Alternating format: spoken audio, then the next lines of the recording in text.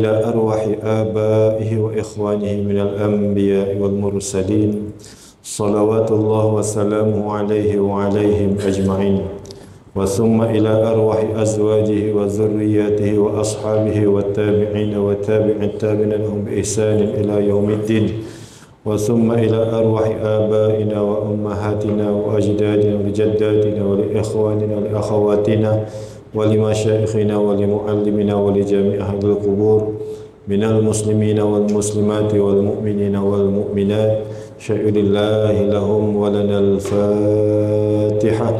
أعوذ بالله من الشيطان الرجيم. بسم الله الرحمن الرحيم. الحمد لله رب العالمين الرحمن الرحيم مالك يوم الدين إياك نعبد وإياك نستعين اهدنا الصراط المستقيم صراط الذين أنعمت عليهم غير المغضوب عليهم ولا الضالين.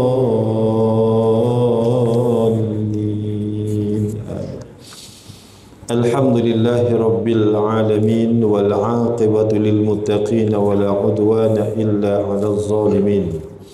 أشهد أن لا إله إلا الله وأشهد أن محمدا عبده ورسوله وأصلي وأسلم على حبيبنا وشفيعنا وذخرنا ومولانا محمد وعلى آله وأصحابه أجمعين. رب اشرح لي صدري ويسر لي أمري واحلل عقدة من لساني يفقه قولي. أما بعد. Tuan-tuan dan puan-puan sidang muslimin dan muslimat yang dikasihi dan dirahmati Allah, alhamdulillah setinggi-tinggi syukur kita panjatkan kehadrat Allah Subhanahu wa taala. Dengan izinnya jua maka dapat kita hadir ke masjid dan kita menunaikan solat fardu maghrib, dan kita laksanakan di awal waktu, kita laksanakan secara berjamaah, dan disusuli dengan kita berzikir dan berdoa pada Allah Subhanahu wa taala. Moga-moga doa kita dikabulkan oleh Allah taala, moga-moga ibadah kita juga diterima oleh Allah Subhanahu wa taala insya-Allah. Syukur juga dengan izin Allah taala, dengan kekuatan yang diberikan kepada kita, maka dapat kita kekal seketika di antara maghrib dan isyak ini untuk kita berada di dalam masjid dan kita berada dalam majlis ilmu. Di samping itu tuan-tuan yang belum berniat iktikaf, niat iktikaf, kerana keberadaan kita dalam masjid ini disertai dengan iktikaf, maka pahala Allah berikan kepada kita berterusan. Bismillahirrahmanirrahim. Nawaitul i'tikaf fi hadzal masjid sunnatan lillahi ta'ala. Niatkan dalam hati saja aku iktikaf di dalam masjid ini sunat kerana Allah taala. Tuan-tuan yang dikasihi dan dirahmati Allah, kita sambung pengajian kita dalam kitab Fiqh Al-Manhaj ala Mazhabil Imam Syafi'i, jilid yang keempat, muka surat 875, di bawah tajuk nafkah, yang kita berhenti pada minggu yang lalu. Nafkah suami kepada isteri. Suami bagi nafkah pada isteri, hukumnya adalah wajib. Wajib bagi suami memberi nafkah kepada isteri. Ini tidak disangkal lagi, dah memang ada dalil-dalilnya yang kita dah bincang dalam pertemuan yang lalu. Baik, kita sambung hari ini. Rahsia diwajibkan suami memberikan nafkah kepada isteri. Kenapa si suami wajib bagi nafkah kepada isteri? Kehidupan berumah tangga mesti dibina di atas salah satu daripada tiga asas berikut. Yang pertama, suami bertanggungjawab mengetuai rumah tangga dan bertanggungjawab memberikan nafkah kepada isteri dan anak-anak. Ini asas dalam nak berumah tangga. Nak kahwin kita fikir tu, ya laki, boleh tak kita bagi nafkah pada isteri? Lepas tu dah ada anak, boleh ke kita bagi nafkah pada anak-anak? Di samping itu, pada suami dia menjadi ketua dalam rumah tangga tersebut. Yang kedua, isteri mengambil alih semua tanggungjawab tersebut sebagai ganti kepada tanggungjawab suami. Dalam keadaan yang tertentu, tanggungjawab yang ditinggalkan oleh suami, isteri kena ambil. Kenapa? Nanti kita akan bincang. Asasnya begitu. Yang ketiga, suami isteri sama-sama bekerjasama melaksanakan tugas mencari harta dan memberikan nafkah. Ataupun sama-sama suami isteri berkolaborasi, zaman sekarang, bekerjasama dalam mencari nafkah. Ada 3 asas dalam berumah tangga. Apakah yang akan berlaku jika kita meninggalkan asas pertama yang merupakan hukum syariah Islam, lalu mengambil asas kedua atau ketiga? Yang pertama tu asasnya adalah suami jadi ketua, suami bagi nafkah kepada isteri, suami bagi nafkah pada anak-anak. Asas yang kedua, isteri pula take over tempat suami. Asas yang ketiga, suami isteri sama-sama kerja sama dalam mencari nafkah. Apa akan jadi kalau kita meninggalkan asas yang pertama, iaitu suami tak menjalankan tanggungjawab dia untuk memberi nafkah kepada isteri dan memberi nafkah kepada anak-anak?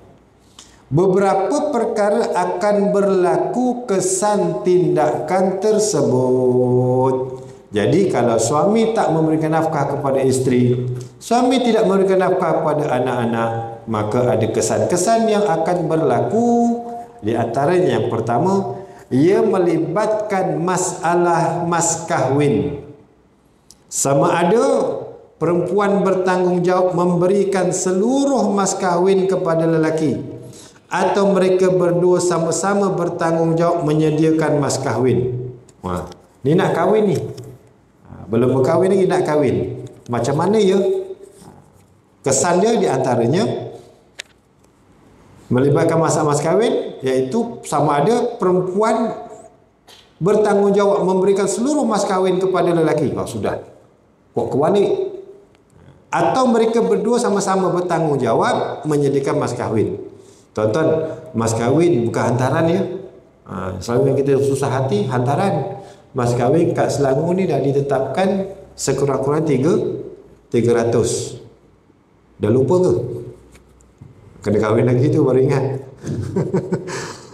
Kesan yang pasti hasil daripada fenomena ini ialah wanita akan keluar mencari lelaki untuk dijadikan suami, sedangkan Allah telah memuliakan mereka dengan menjadikan lelaki yang mencari mereka untuk dijadikan isteri. Nanti saya urai. Ini kerana orang yang mengeluarkan harta, yakni yang memberi mas kahwin, akan mencari orang yang menerima. Apabila fenomena ini berlaku, mereka pasti akan berhadapan dengan pelbagai tribulasi. Tribulasi ni cabaran, tuan-tuan, bahasa canggih. Akibat penipuan dan pembohongan golongan lelaki demi mendapatkan suami yang mampu memberikan perlindungan dan boleh diharapkan. Kena faham cerita ni, tuan-tuan. Kalaulah tidak ada tanggungjawab, contoh ni belum berkahwin ni, contoh ya, belum berkahwin, tuan-tuan, kalau berlaku situasi ini, tapi tak berlaku pun, tapi sekiranya kalaulah nafkah itu tidak diberikan tanggungjawabnya kepada suami, maka akan berlaku apa? Tanggungjawab nafkah adalah kepada isteri. Kan, kalaulah hukum asal, tuan-tuan, hukum asal, tak apa, suami tak wajib bagi nafkah kepada isteri, maka yang akan berlaku adalah sebaliknya, iaitu isteri pula akan cari nafkah untuk suami.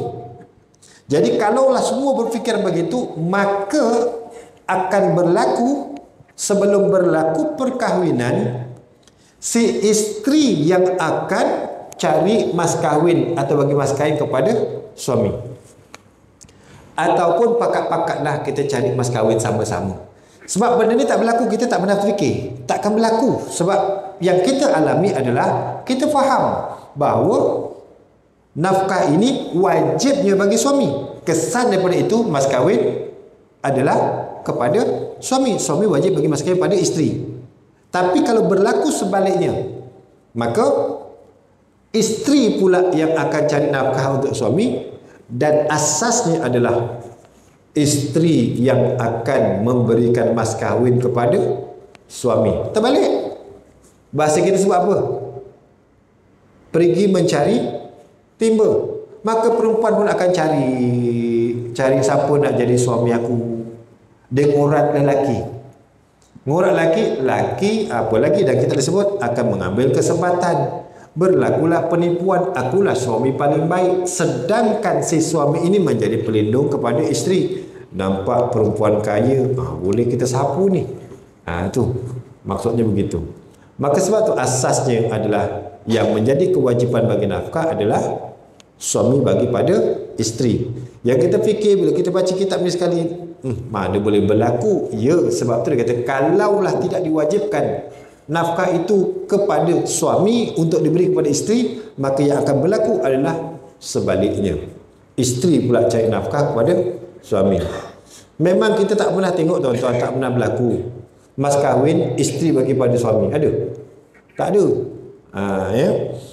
Yang kedua, perempuan terpaksa melibatkan diri di dalam usaha-usaha untuk bekerja dan mencari rezeki. Implikasinya, iaitu kesannya, mereka terpaksa bersaing dengan golongan lelaki di dalam pelbagai bidang pekerjaan. Asasnya begitu. Kalaulah yang mencari nafkah itu adalah isteri, wajib bagi isteri bagi nafkah bagi suami, maka si perempuanlah yang akan cari rezeki, keluar cari rezeki. Suami goyang kaki kat rumah. Kalau suami boleh lahirkan anak, okey lagi. Dia tak ada pun. Ya. Jika ini yang dilakukan oleh perempuan, mereka akan terdedah kepada perkara-perkara negatif yang merosakkan.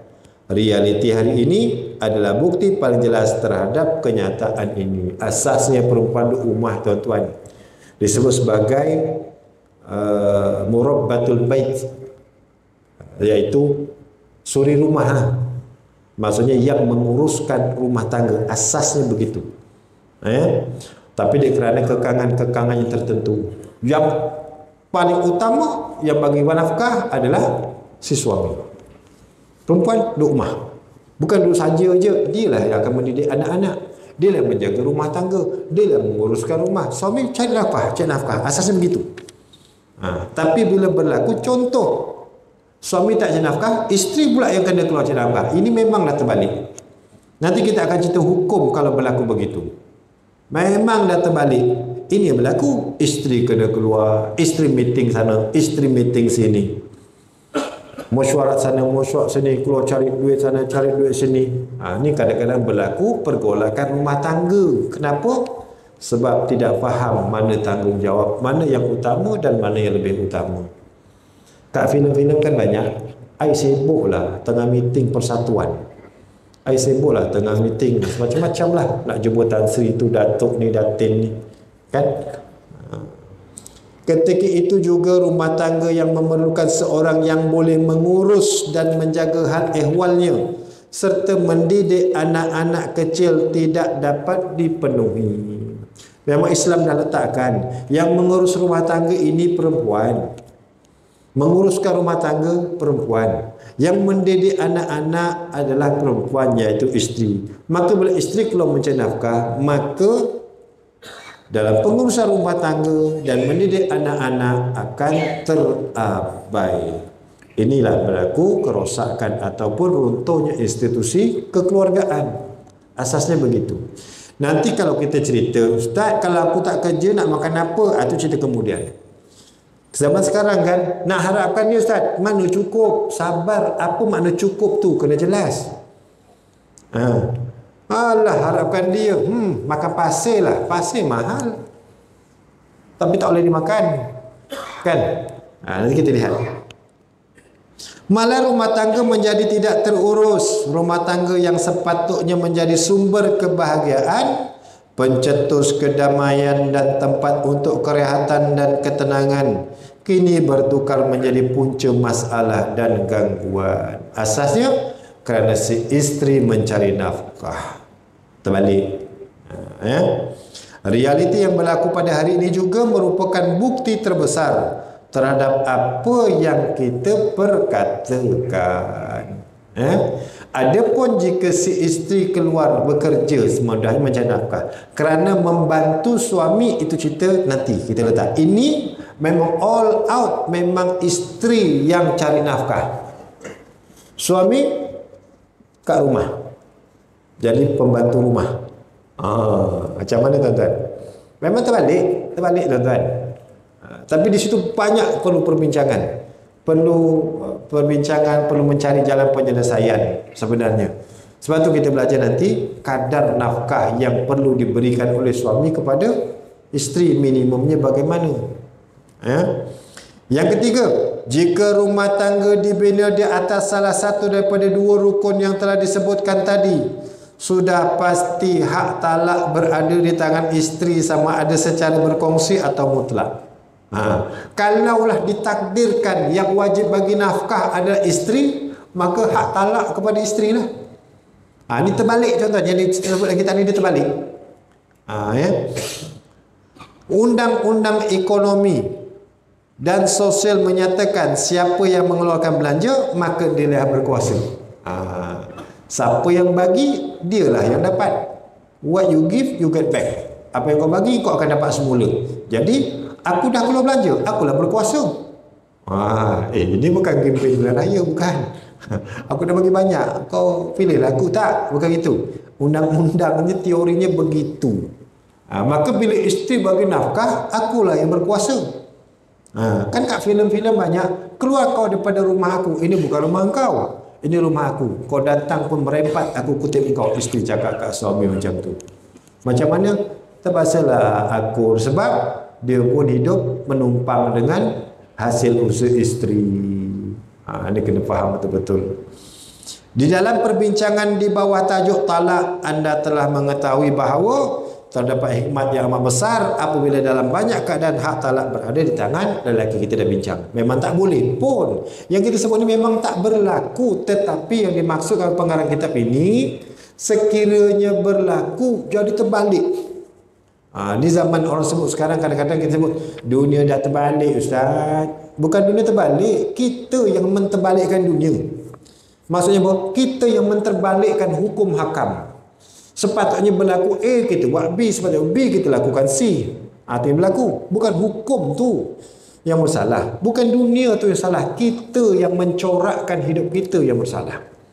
Jadi dalam hal ini, apapun suami yang kena beri nafkah pada isteri, setakat mana yang kau dah redha kau kahwin dengan dia, itu yang ada, terimalah. Itu je. Dah ada jawapan dah kat situ. Betul. Bila si perempuan redha berkahwin dengan lelaki, terima seadanya lah. Adapun kalau berlaku kekeliruan ataupun berlaku kesalahan dia selepas perkahwinan, contohlah isyak dah lah apa semua, itu cerita lain. Maksudnya boleh mengadu kepada pihak pemerintah. Kalau si suami tak bagi nafkah, kan kita ada pemerintah, iaitu qadhi, kita ada hakim. Itu dia. Demi menjadikan setiap pasangan sebagai asas kebahagiaan antara satu sama lain, demi menjadikan rumah tangga sentiasa tentram, harmoni dan tenang, demi menjadikan wanita sentiasa dipandang mulia dan sentiasa diperlukan oleh lelaki. Nampak tuan-tuan? Dan demi untuk tidak memalukan lelaki apabila mereka hanya berperanan sebagai penunggu atau penipu, maka mencari dan memberi nafkah kepada keluarga adalah kewajiban suami, bukannya isteri. Ini mutlak, checkmate. Apa jua keadaan, maka si suami yang wajib memberikan nafkah. Adapun kalau dia sakit, kan, sakit dah tak boleh bekerja, itu cerita lain tuan-tuannya. Ini asas dalam mula-mula berkahwin. Jadi hukum asasnya adalah wajib suami bagi nafkah pada isteri dan juga kepada anak-anak. Adapun perkara yang mendatang, contohnya dia sakit, stroke contohnya, memang tak boleh daya, macam cerita Alibaba bujang lapuk tak boleh kerja, keletup tak boleh kerja. Itu contoh tu tuan-tuan. Ada yang tersirat tu kat situ. Macam mana? Itu cerita kemudian. Bagaimana keadaannya? Boleh tak si isteri keluar mencari nafkah? Bagaimana pula kalau dia tak cari nafkah? Boleh tak dia untuk meneruskan kehidupan? Ini kita kena perhalusi satu per satu. Apapun tuan-tuan, suami wajib memberikan nafkah kepada isteri pun ada syarat-syarat yang tertentu. Asasnya, suami wajib bagi nafkah pada isteri. Di samping itu, ada syarat-syarat yang tertentu yang menjadikan suami wajib bagi nafkah. Lega. Ada juga terikat. Apa dia? Suami wajib memberikan nafkah apabila kepada isteri dengan memenuhi syarat-syarat berikut. Baik, kita cek satu-satu. Pertama, isteri menyerahkan dirinya kepada suami. Tangkat serah diri? Bukan, itu polis. Maksudnya menyerahkan segalanya kepada suaminya. Syarat ini bermaksud isteri tidak boleh menolak permintaan suami untuk melakukan istimta', iaitu bersetubuh atau berseronok-seronok yang dibenarkan oleh syarak. Kalau isteri kata tak boleh bang, dia kata tanpa sebab. Tanpa sebab itu banyak huraian. Memang normal, tapi dia kata tak nak, aku tak ingin dengan kau. Itu tak termasuk. Maka si suami tak perlu bagi nafkah. Menolak. Jika isteri menolak permintaan tersebut sekalipun dengan hanya melakukan sebahagian istimta', suami tidak wajib memberikan nafkah kepada isteri. Istimta' ni apa tuan-tuan? Berseronok-seronok, bersenda gurau, cuit-cuit, lagi apa? Jentik-jentik. Tuan-tuan tahulah. Sekali macam tu, dia tak nak. Taklah, bapak wis tuwek kok, ala gatelan. Tuan-tuan, ni orang kampung kita ni ngadu kat saya tuan-tuan. Tak ngadu lah, tapi cerita ngadu lah tu. Alah ustaz, wis serakah kau gawe tuan-tuan. Alah, ni kisah benar tuan-tuan. Tak saya nak tunjuk orangnya, tak payah dah. Tak ada orang kat sini. Orang batu 10. Aduh, kepri macam mana ya lah. Hai, saya nak cakap macam mana. Kalau ikut hukum tuan-tuan, alah ustaz dah tua kok. Bukan cerita tua dan tua muda, tak. Sampai bila-bila dia terputus, bila dah mati je. Tu je.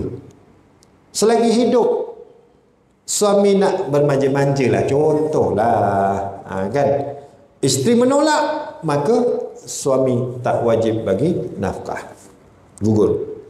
Jika suami ingin melakukan istimta' dalam bentuk yang diharamkan, contoh ni ganas tu lah ni yang diharamkan, yang tak boleh, seperti bersetubuh ketika isteri dalam haid, keengganannya memenuhi kehendak suami itu tidak menggugurkan kewajipan suami memberikan nafkah kepadanya lah. Waktu haid, waktu cuti, ABC, Allah bagi cuti pun, suaminya pun, contoh bahasa mudah tuan-tuan, nak beristimta', isteri menolak lah. Wah, balik kuliah marah. Kau memang isteri yang derhaka, aku tak payah bagi nafkah kat engkau, kau menolak lah. Tak habis kuliah rupanya, waktu baca ni dia pergi tandas, tak dengar.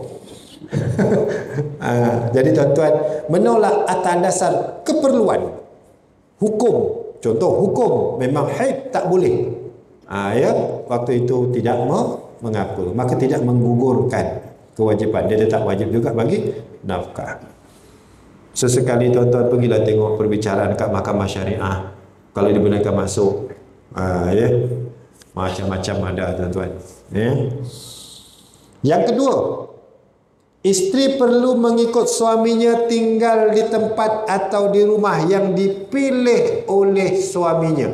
Tuan-tuan pernah dengar isteri tak nak ikut suami balik? Isteri nak duduk rumah maknya, dia tak nak ikut suaminya.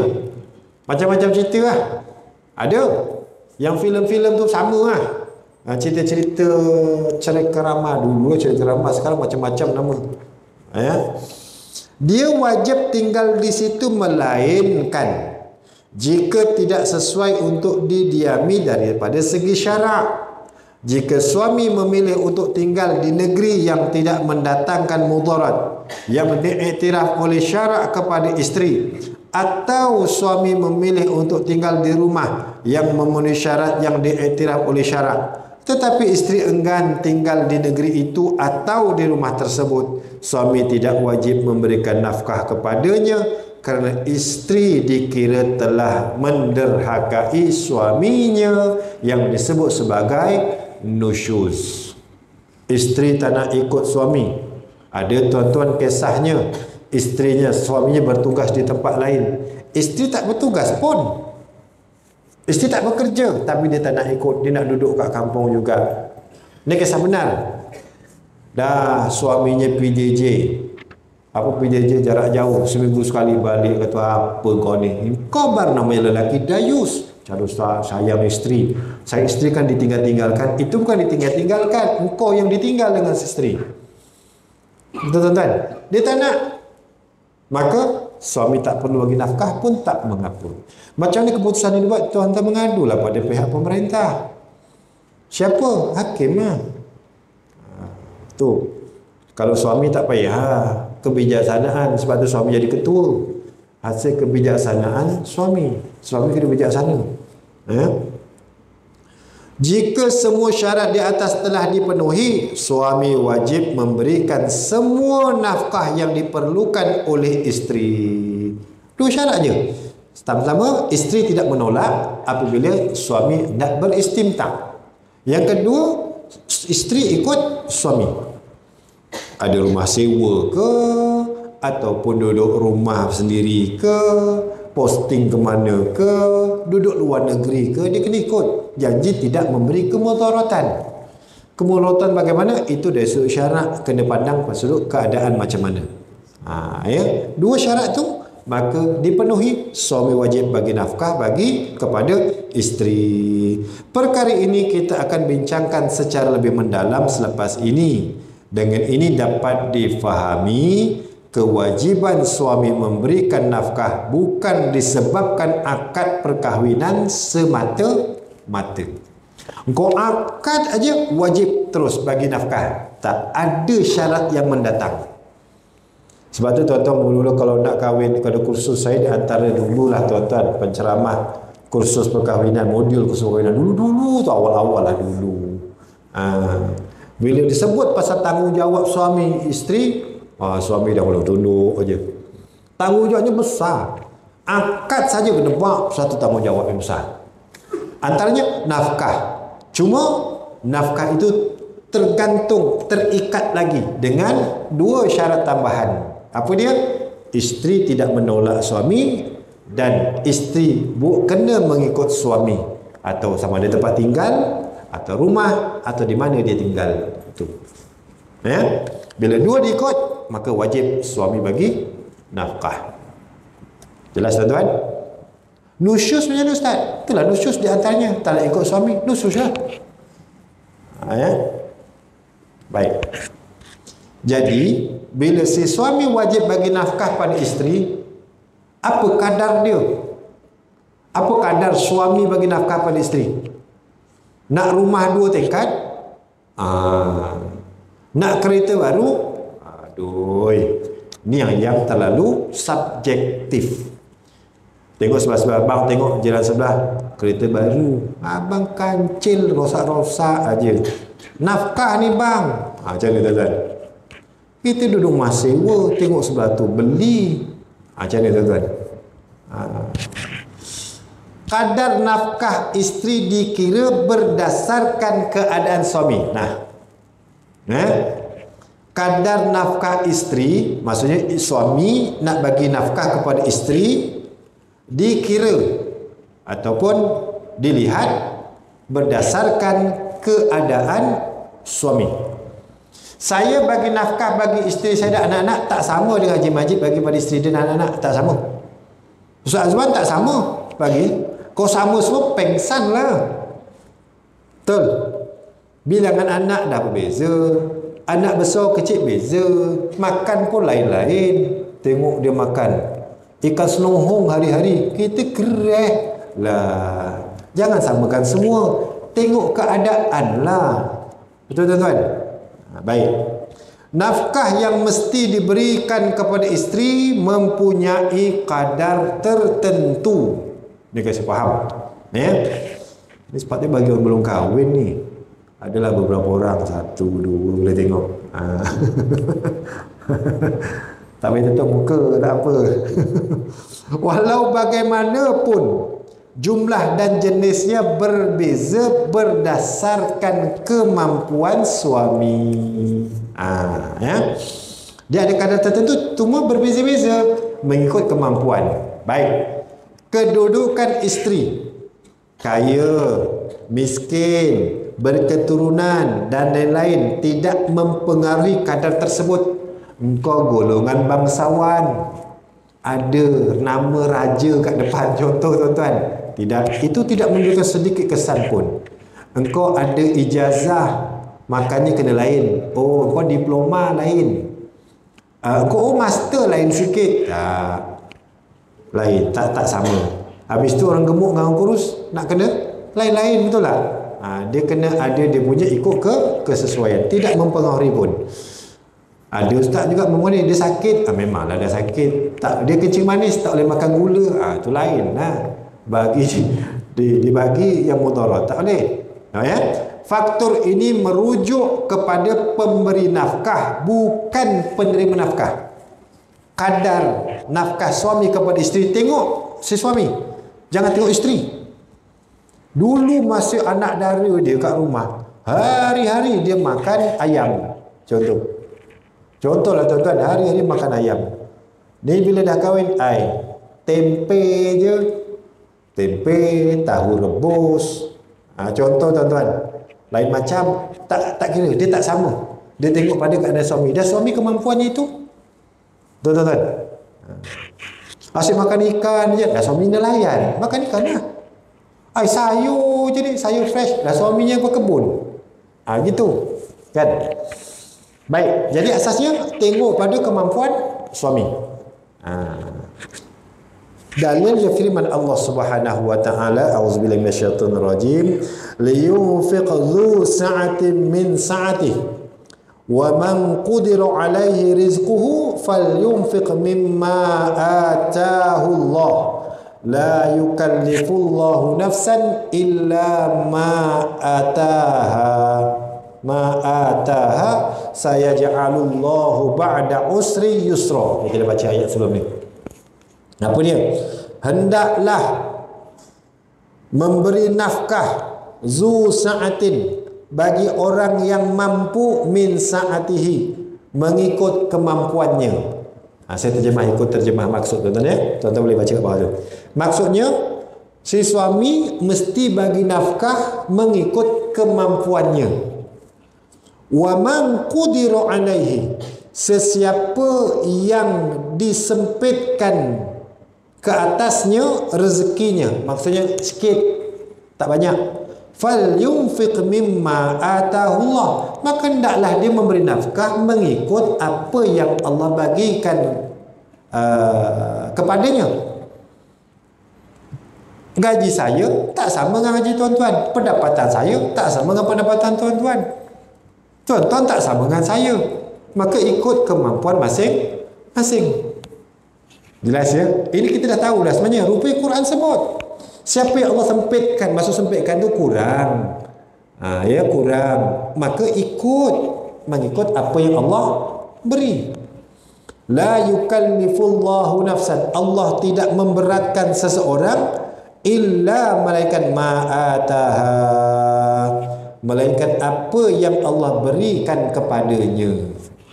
Sayaj'alullahu, maka Allah akan menjadikan ba'da usrin, selepas satu kesusahan, yusra, kesenangan. Ini janji Allah. Yang maknanya, alah sempit hidup, macam mana lah aku nak bagi makan anak orang. Tak apa, Allah dah janji. Nanti bila dah ada anak lain, dah ada anak lagi, Allah kembangkan satu rezekinya, sebab janji Allah. Pasti Allah akan menjadikan kepayahan disertai dengan kesenangan. Baik, azan. Sila.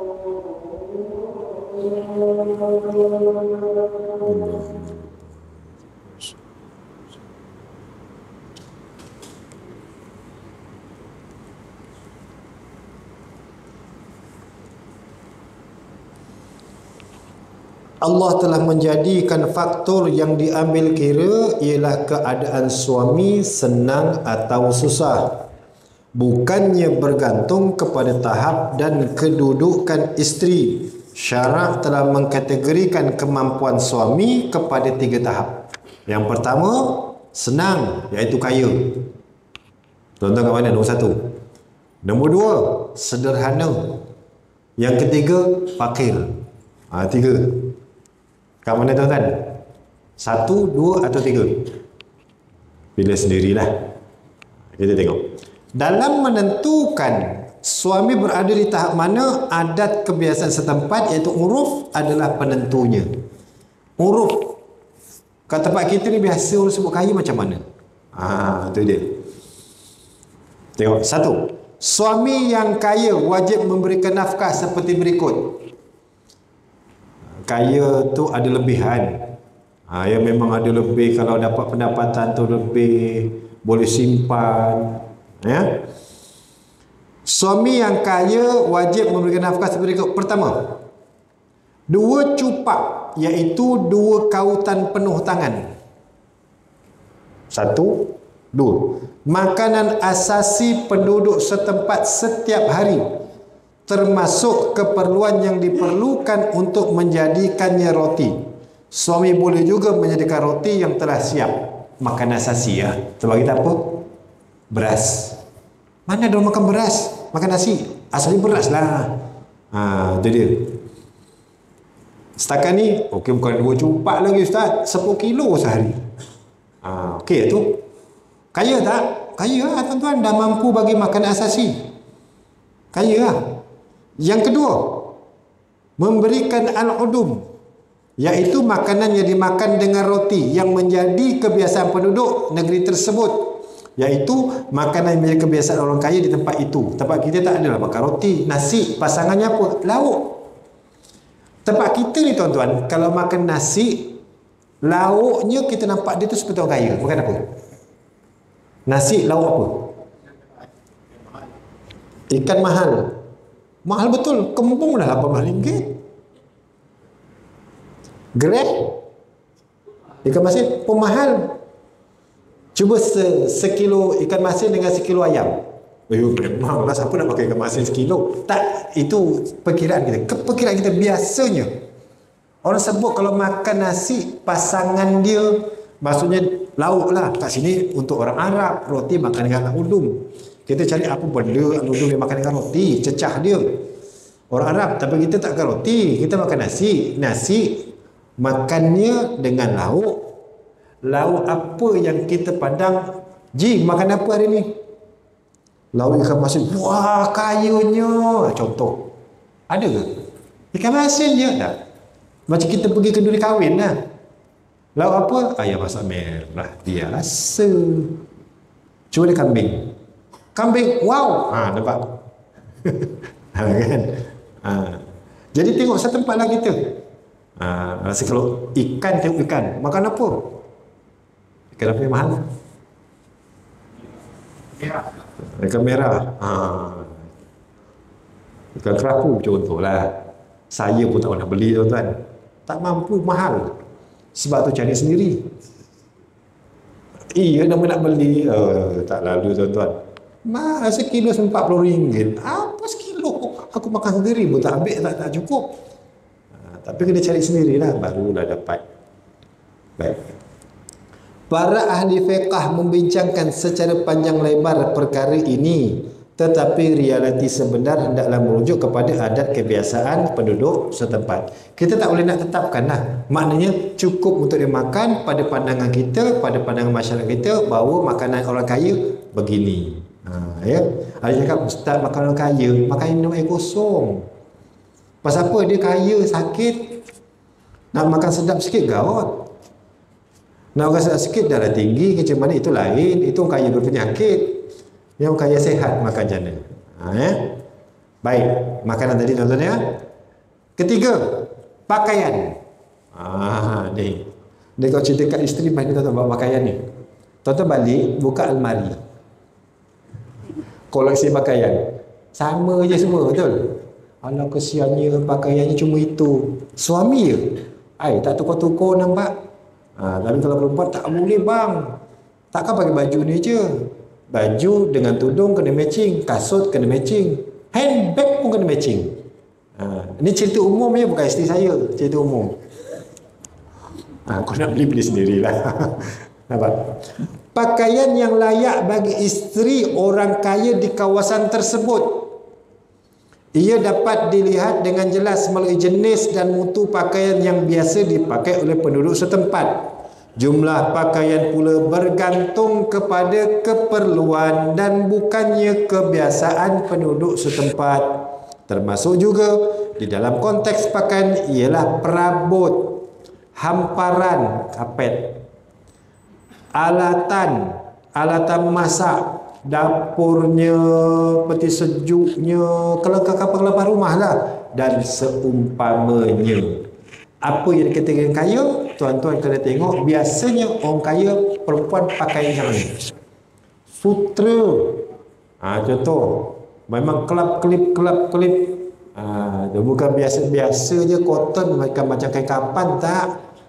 Dia kainnya mahal, tu orang kaya. Jadi kita boleh nilai diri kita kat mana? Oh, tak ada, nombor satu tak ada. Biasanya kita letakkan nombor 2, sederhana. Kemudian tengok juga dia punya perabotnya kat rumah. Tu kadang-kadang membeza-beza kan, ada cerita raya jiran sebelah tu dah beli perabot baru. Jangan samakan dia kaya mampu nak beli perabot. Kita sedang-sedang lain dah perabotnya. Dia kadang-kadang raya datang rumah orang, wah perabotnya beli berapa? Itu ditanya. Saya tanya terguris hati. Datang rumah, dari dulu 5 tahun, 10 tahun sama je. Tahun-tahun datang rumah saya. 2008 sampai sekarang duduk, itu je perabotnya, tak tukar-tukar. Okey je pun tak tahu orang kutuk kat belakang, tak padan kedekut. Luar kedekut, itu kemampuan kita. Kan? Duduk pun sama je, bukan duduk keluar duit pun. Tak, duduk sama je, macam tu juga rasanya. Kalau saya lah kira. Tuan-tuan, jadi tengok perabotnya, tengok hamparan tu masuk, dia punya, kalau dia karpet lah, orang Arab biasa bagi karpet. Begitu juga peralatan masak, dapurnya macam mana. Dapur tu tuan-tuan, orang kaya dapurnya macam mana? Lain ke tuan-tuan dapurnya? Lain. Ada gas yang biasa, ada yang gas yang leper, ada gas main remote je, tekannya lap keluar api. Ada ke? Kau ada gitu. Tu rasa tu, ni kaya lah ni. Nanti boleh cek lah tuan-tuan pergi rumah Tuan Nazir kita, jangan tengok Tuan Nazir boleh kaya. Rumahnya boleh tambah. Tapi dia tambah rumah, bukan tambah orang rumah lain. Ya.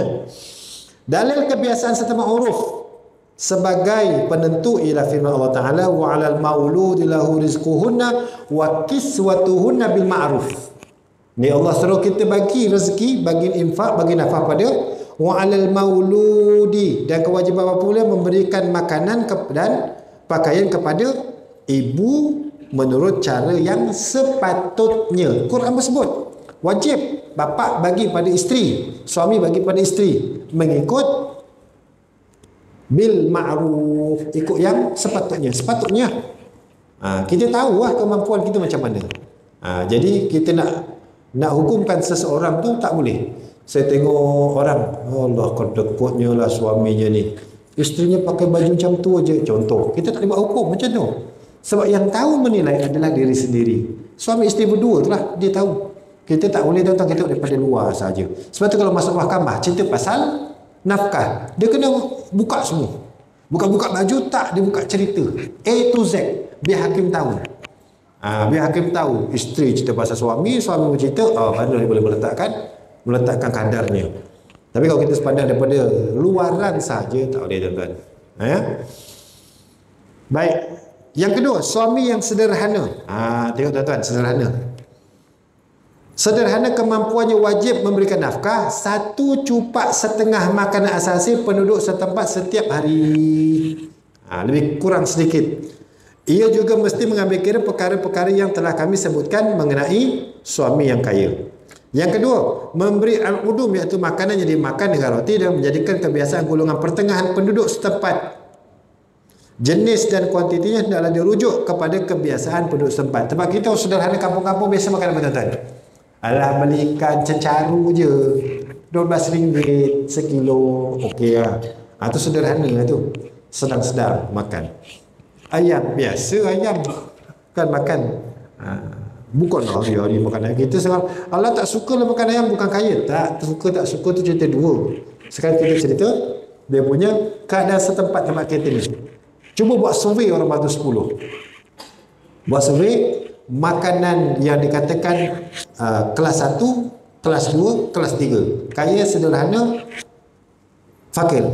Kita sajalah nak buat survei kan. Kalau ada anak tuan-tuan ke buat master ke buat kajian, buat. Penduduk kampung Batu 10. Kita pun nampak, selamanya pun kaya rupanya dalam dia punya survei. Kita sedang-sedang lah. Kalau pergi kedai nampak orang beli ikan, kayanya kau tak? Kita biasa lah orang kampung ni. Okey lah. Kan? Pakaian yang sesuai bagi wanita-wanita setaraf dengannya yang tinggal di kawasan tersebut. Begitu juga keperluan-keperluan rumah yang lain. Lebih rendah sedikit berbanding dengan yang lelaki yang kaya tadi. Pakaian orang kita biasalah. Pakaian orang kampung. Yang ketiga, suami yang fakir. Ni kesian fakir. Wajib memberikan nafkah. Fakir pun wajib, tuan-tuan. Dia tak gugur kerana kau fakir, kau gugur tak payah bagi nafkah lah, biarlah isteri makan sendiri. Tak. Dia tetap wajib bagi nafkah. Cuma mengikut kemampuan. Secupak makanan asasi menurut kebiasaan penduduk setempat setiap hari. Cukup sekadar makan. Maksudnya betul-betul contoh. Si orang kaya tadi makan pagi, tengah hari, malam. Makan nasi je. Mati makan nasi. Contoh yang fakir. Tuan-tuan pernah dengar, kais pagi makan pagi, kais petang makan petang. Itulah dia. Cukup makan sekali sahaja. Okey. Dah. Tak adalah orang mati kerana makan nasi sekali, mati. Tak. Kan tuan-tuan? Itu yang ada. Cukup sekadarnya untuk meneruskan kesinambungan kehidupan. Cukup. Boleh. Ya. Al-udum yang menjadikan kebiasaan fakir miskin makan dengan itu. Makan dengan apa? Makan dengan telur masin. Contohnya lah. Makan telur masin separuh kongsi 5 orang. Fakir tuan-tuan. Kita suri ada korangnya tu. Pasti ada tuan-tuan. Pasti ada. Dulu tengok mula-mula ada cerita apa? Bersamamu dulu kan tuan-tuan. Yang mula-mula keluar dulu. Makan siput babi. Dah siput babi pula tu. Kau siput laut, okey lagi. Kan ada tuan-tuan. Dimasak, dimakan. Allahu Akbar. Itu bukan orang Islam. Yelah, nak cerita percuma. Kau tepi rumah je. Tapi sekarang susah nak cari. Dah tak ada dah. Tahu dia, orang tak suka babi. Siputnya pun jadi tak suka. Pada bahasa kalau sains dia sangat membantu dalam pertanian. Kan? Baik. Pakaian yang layak bagi isteri setaraf dengannya yang tinggal di kawasan tersebut sesuai di tempat kita. Tak adalah pakaian Allah koyak-koyak menunjukkan miskin. Tak, itu filem. Miskin koyak-koyak tak. Berjahit-jahit itu cerita Piramli. Kan? Miskinnya koyak, tampal. Kan? Sekarang tak ada yang tu. Pakaian mungkin barangkali cuma 2 helai. Tapi ditukar-tukar bersilih ganti. Kita yang perasan janganlah baju tu nampak tak tukar-tukar ke? Jangan tuan-tuan. Dah itu kemampuan dia menutup aurat. Ada juga orang kaya pakai mahal tapi tak tutup aurat. Buat apa? Kaya ni, sebab kaya lah aku pakai. Kau tahu baju aku ni tak ada lengan pun harga 5,000 tau. Tak ada lengan 5,000. Allah. Ada lagi yang murah sikit, tutup semua, murah, putih je cakap dengan dia. 7 helai lagi kita boleh dapat. Apa dia? Datang masjid kita tunjukkan. Masuk bilik dia sekali. Baik ya. Tadi saya ada cerita lah, duduk satu masjid cerita.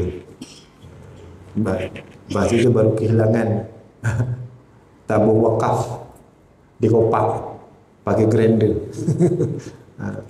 Dia kata ada selalu orang tidur dekat masjid, datang ke masjid berehat.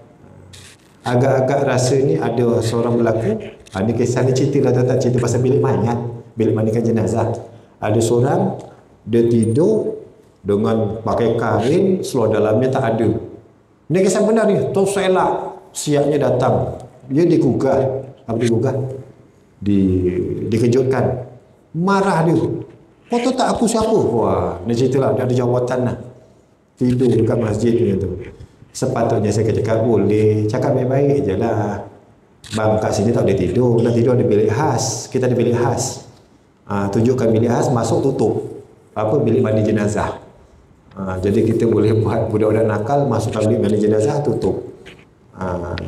Ada cadangan yang baik juga tu, bagus. Ataupun nak lagi selesa, masukkan bilik jenazah, pasangkan aircon, boleh tidur situ. Baik, sebab ada kecurian, banyak duit asyik hilang aja.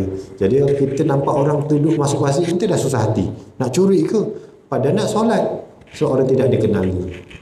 Ya. Baik, itu cerita lain sikit lah. Dalil yang menunjukkan keadaan suami diambil kira dalam masa di atas ialah hadis Nabi SAW. Kita baca sikit ni. Muawiyah Al-Qushairi radhiyallahu anhu berkata, Aku pergi menemui Rasulullah sallallahu alaihi wasallam dan bertanya, apa kata Tuan mengenai isteri-isteri kami? Maksud minta pandangan kepada Rasulullah. Baginda menjawab, berilah mereka makan daripada apa yang kamu makan. Bagi makan pada isteri apa yang kamu makan. Berilah mereka pakai daripada apa yang kamu pakai. Jangan pukul mereka dan jangan hina mereka. Itu asasnya. Apa yang suami makan, itulah yang isteri makan. Apa yang suami pakai, itulah isteri pakai. Sudah. Dia pakai seluar. Tak kalau pakai seluar. Tak, maksudnya kesesuaian dia harganya. Tu. Itu asasnya. Ya.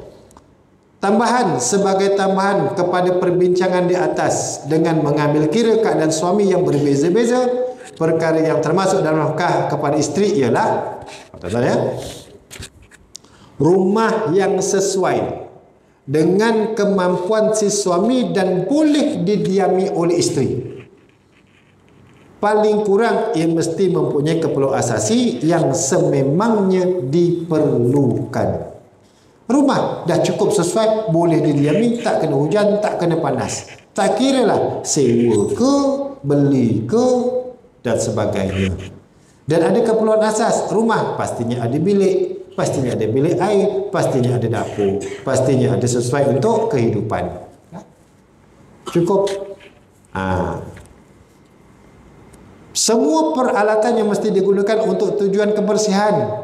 Begitu juga alat-alat perhiasan jika suami meminta isteri berhias untuknya. Alat makeup kena bagi tuan-tuan. Kalau dia beli sendiri, alhamdulillah, silakan. Sebab dia ada duit. Kita kena beli. Hatta alat-alat kebersihan, termasuklah alat cakap terangnya, pad, bukan PET. PET itu kucing apa namanya, alat bilik perempuan haid. Kewajipan kita tuan-tuan. Alah, malulah aku nak beli. Bukan suruh kita beli, kita bagi dia duit dah suruh beli, itu je. Kau mentang-mentang beli, bang pergi beli, kewajipan. Sudah nak masuk pasar raya, masuk beli dapat pada tak ada apa-apa pun. Beli alat makeup. Tuan-tuan pernah beli tak alat makeup untuk isteri? Beli, pergi pasar raya beli. Letih juga tuan-tuan nak cari, bang belikan krim ni. Macam mana tengok gambar, snap, tengok cari. Nampak sangat tak pernah belikan. Bukan tak pernah belikan, nak beli tu beli. Kita pun tak tahu. Haji Majid tahu jenis bedak suami, isteri. Tahu, kita tak tahu kan.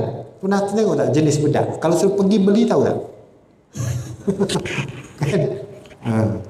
Jangan cakaplah suami misali kita ni. Kena perempuan. Kita tak kerti. Bukan apa, bukan tak bagi, tapi selama ni kita pergi beli sendirilah. Pergi pasar raya dia pilih sendiri. Pergi pasar raya dia pilih sendiri. Kita tak belikan. Kata dah hidup semati. Pakaian dia pun kita tak kerti. Yang ketiga, ni pembantu rumah, yakni khadam. Jangan sebut khadam cerita pasal Tiga Abdul, bukan. Ini khadam dia masuk orang berkhidmat untuk kita. Jika di rumah bapanya sebelum ini, isteri mempunyai khadam yang berkhidmat untuknya. Ini tambahan. Dalam keadaan ini, khadam hendaklah disediakan tanpa mengambil kira sama ada suami di kalangan orang senang, sederhana atau susah. Suami wajib menyediakan seorang khadam yang boleh berkhidmat bagi memenuhi keperluan isterinya. Tuan-tuan, pesan pada anak lelaki, kalau nak cari bakal isteri, jangan cari orang kaya sangat. Yang kat rumahnya ada pembantu rumah. Masak bik, datang, order je. Kalau begitu tuan-tuan, contoh basuh baju pun bibik yang basuh. Bukan bibik dia, pembantu rumah. Makan pun bibik yang masak. Apa lagi tuan-tuan? Cerita macam cerita-cerita dulu kan. Nak sikat rambut pun dia punya dayang.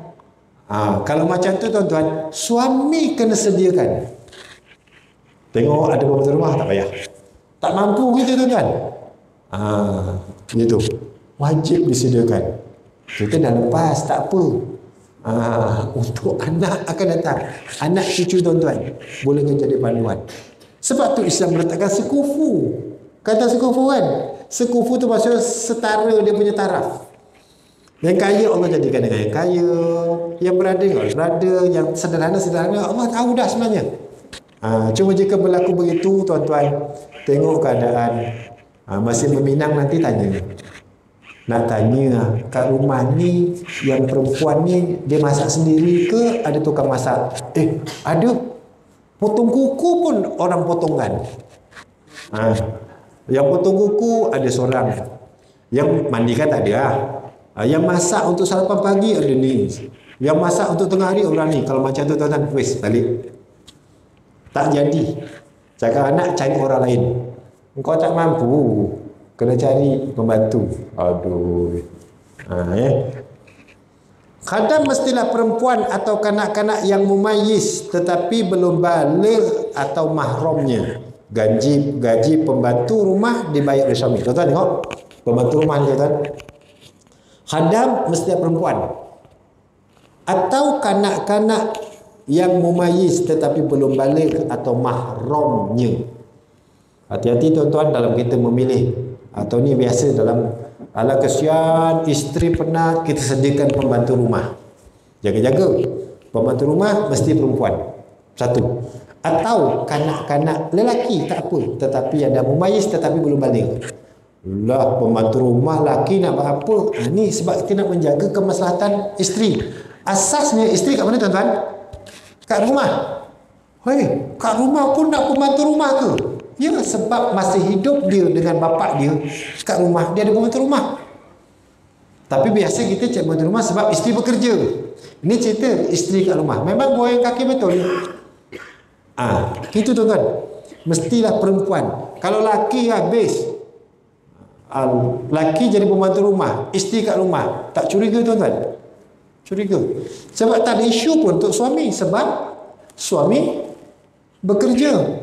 Yang jadi isu pasal pembantu rumah bibi ni sebab isteri bekerja, lepas tu ada pembantu rumah. Suami kerja bebas. Dah pula isteri muncul pasang CCTV kat rumah. Takut suami ada skandal dengan bibi. Allahu Akbar. Ini kan realiti kehidupan. Asasnya isteri adalah di rumah. Kalau masih dia anak daranya dengan bapaknya, memang ada pembantu rumah yang menguruskan kehidupan dia, kena sediakan bila dah berkahwin. Perempuan ataupun mahramnya. Gaji pembantu rumah dibayar oleh suami. Kau ingat senang-senang nak kahwin? Jadi kahwin cari orang kampung sudahlah. Sekampung senang. Balik kampung pun tak sibuk-sibuk raya. Balik mana? Jalan Melati dengan Jalan Tanjung. Belakang rumah. Nerobos. Dah cukup. Kan? Atau paling-paling pun Batu 10 dengan Sungai Lang. Ya, Jazar ya. Tak jauh. Itu kita lah tu. Tak jauh, tak gaduh. Kan? Senang. Okey. Selesai. Baik. Banyak lagi. Cukup sekali tuan-tuan. Adakah nafkah kepada isteri berbentuk tamkin atau tamlik? Ini tamlik ni apa benda? Kita akan bincangkan pada pertemuan akan datang insya-Allah. Ada soalan? Apa-apa yang berkaitan sebagainya? Tak ada? 30 hari bulan program kita. Wawarkan tuan-tuan menyambut di ambang kemerdekaan malam esok lah, Rabu malam Khamis. Kita ada majlis berselawat. Kemudian kita ada kuliah maghrib dari Ustaz Naim Sa'dun. Kemudian kita ada selawat. Selawat ni punya kelebihan dah sangat banyak tuan-tuan. Kita hadir pun pahala dah sangat besar. Malam bisa sampai ada qasidah, ada selawat, ada apa lagi? Tausiah ni tazkirah lah. Tausiah maksudnya memberi wasiat. Nak mati ke bagi wasiat? Tu yang saya tak nak tu. Jemput ustaz bagi tausiah. Tak nak lah. Fahaman kita bagi wasiat nak mati. Masih memberi watawasaw bil haq, memberi peringatan kepada kebaikan. Betul yang benar. Begitu. Hinggalah malam. Malam dan kayuan basikal jadi ke? Tak ada iklan lagi ni. Pagi Khamis tu ada kayuhan basikal. Kayu basikal lah, takkan kayu motor pula. Pemuda kuat tu kena ikut tu. Sebab dengannya ada cabutan bertuah. Tadi saya pergi kedai, dia kata, Ustaz, basikal dah ada. Hadiah basikal pula ada orang sponsor. Jadi tuan-tuan, turut serta, bukan sekadar kita nak memperingati kemerdekaan, tetapi kita nak isi kemerdekaan itu dengan ibadah-ibadah supaya Allah beri keberkatan. Dia tak samalah. Kita tak ada tunggu pukul 12. Pukul 12 kita solat, tak ada tuan-tuan. Kita buat cara masjid. Kita buat doa selamat, kita buat berselawat. Cantik sangat tu. Ya. Baik. Lagi ada soalan? Tak ada. Siap ada yang bertanya pada saya. Saya masih borak-borak, Ustaz tolong cerita kat kuliah ni keluar sikit pada tajuk. Wallahualam berlaku kat mana. Tapi ada orang yang tuan-tuan kadang-kadang pergi satu tempat solat subuh dia tak baca kunut. Tuan-tuan adalah kat tempat-tempat tertentu tak baca cerita kan. Ya. Dia tak baca kunut. Tak apa tuan-tuan, tak apa, tak kisah. Kita kalau pergi ke tempat situ sembahyang, imam tak baca kunut, kita jangan ngada-ngada baca kunut. Aku nak baca kunut. Tak payah, kita ikut saja imam. Sebab itu adalah sunat muakkad kan tuan-tuan. Tapi kalau dia orang sembahyang tempat kita, kita baca kunut, orang yang tak baca kunut tu dia kena ikut baca kunut. Faham tuan-tuan? Kenapa? Sebab kalau kita jadi makmum, kita tak mengikut pergerakan imam, maka terbatal solat kita. Hatta sujud sahwi sekalipun. Sujud sahwi, imam buat salah. Contohlah, sembahyang Isyak sampai 5 rakaat. Masuk rakaat keempat, sepanjang tahiyat akhir, imam bangun. Imam bangun, makmum yang belakang, dia tahu 4, dia tunggu lah kan, macam biasa kan. Asar biasa berlaku. Dia tunggu 4. Dia tunggu 4, imam dah berdiri. Tak apa, sebab imam yakin dia masih kurang. Tak apa lah. Jangan subhanallah, subhanallah, Pak Imam turun, dah 5 tu. Jangan. Tak payah subhanallah banyak kali, tak payah. Imam terus stay kat atas, sebab tu macam biasa. Tuan-tuan yang jadi makmum, tunggu.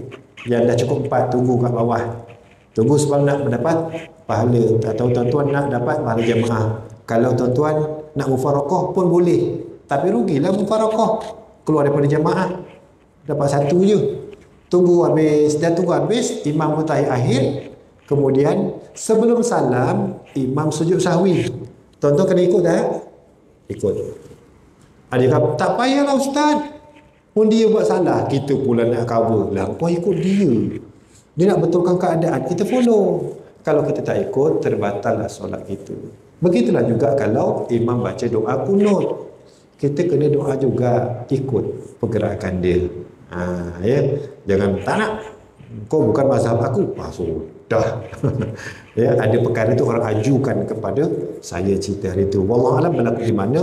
Kalau berlaku di tempat kita pun, kita saling-saling jeling-jeling lah.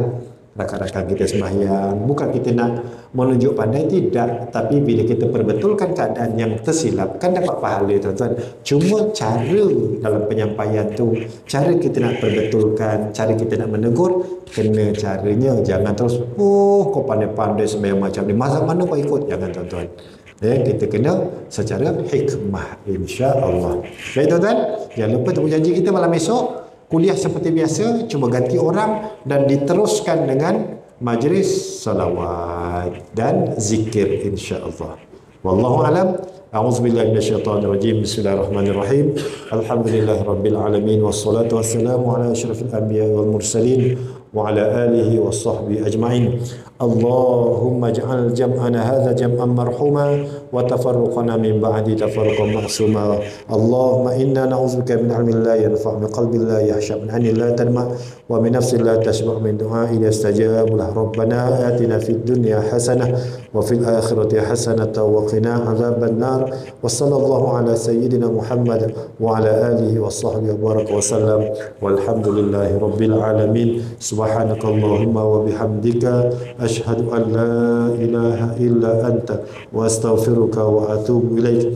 Bismillahirrahmanirrahim. Wal 'asr innal insana lafi khusr illa alladhina amanu wa 'amilus solihat wa tawassaw bil haqqi wa tawassaw bis sabr. Aqulu qawli hadza wa astaghfirullahal azim li wa lakum. Wassalamu alaikum warahmatullahi wabarakatuh.